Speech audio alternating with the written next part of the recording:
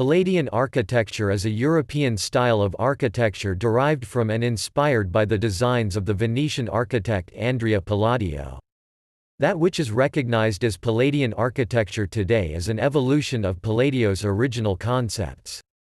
Palladio's work was strongly based on the symmetry, perspective and values of the formal classical temple architecture of the ancient Greeks and Romans. From the 17th century, Palladio's interpretation of this classical architecture was adapted as the style known as Palladianism. It continued to develop until the end of the 18th century. Palladianism became popular briefly in Britain during the mid-17th century, but its flowering was cut short by the onset of the English Civil War and the imposition of austerity which followed. In the early 18th century it returned to fashion, not only in England but also, directly influenced from Britain, in Prussia. Count Francesco Algarotti may have written to Burlington from Berlin that he was recommending to Frederick the Great the adoption in Prussia of the architectural style Burlington had introduced in England, but Knobelsdorff's Opera House and the Unter den Linden, based on Campbell's Wanstead House, had been constructed from 1741.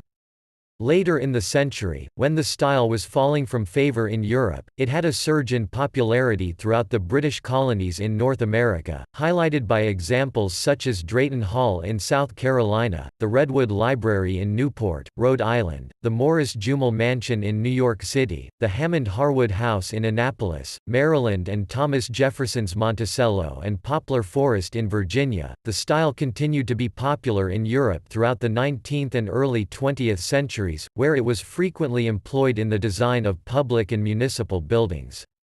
From the latter half of the 19th century it was rivaled by the Gothic revival in the English-speaking world, whose champions, such as Augustus Pugin, remembering the origins of Palladianism in ancient temples, deemed it too pagan for Anglican and Anglo-Catholic worship.